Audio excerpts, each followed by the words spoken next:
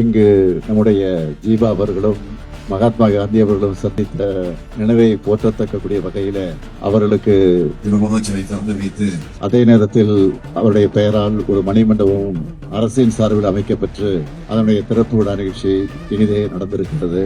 மணிவிழா மண்டபம் என்பது ஏதோ மண்டபத்தை கட்டினோம் திறந்து வைத்தோம் என்பதோடு நின்று விடாமல் அந்த மணிமண்டபம் இந்த வட்டாரத்தில் இருக்கக்கூடிய சுற்று வட்டாரத்தில் இருக்கக்கூடிய மக்களுக்கு பயன்பட வேண்டும் என்ற வகையில திருமண மண்டபமும் கட்டி முடிக்கப்பட்டு அது இன்றைக்கு திறந்து வைக்கப்பட்டிருக்கிறது. மகாத்மா காந்தி அவர்கள் சொன்னார்களாம், உங்களுக்கு எவ்வளவு சொத்து இருக்கிறது என்று ஒரு கேள்வி கேட்ட நேரத்தில் இதுதான் என்னுடைய சொத்து என்று சொன்னாராம். உடனே மகாத்மா காந்தி சொன்னார்களாம், இல்லை இல்லை, இந்தியாவே உங்களுடைய சொத்து என்று சொல்லி அது வரலாற்றிலே பதிவாகி இருக்கிறது.